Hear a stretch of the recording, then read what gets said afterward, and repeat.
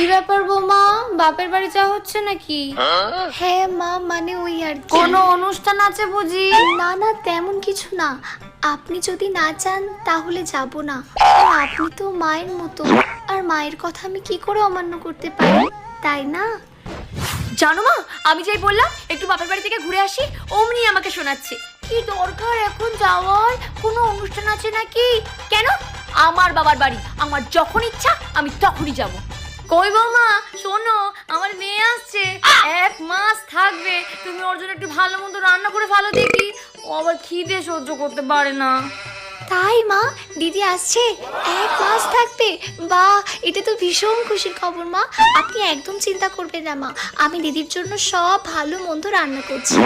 যখন আমি বাপের বাড়ি যাওয়ার কথা বললাম তখন অমনি আমায় শুনিয়ে দিল কেন কোনো অনুষ্ঠান আছে নাকি, আর এখন যে নিজের মেয়ে এসে 1 মাস থাকছে সে বেলায় কোনো দোষ নেই।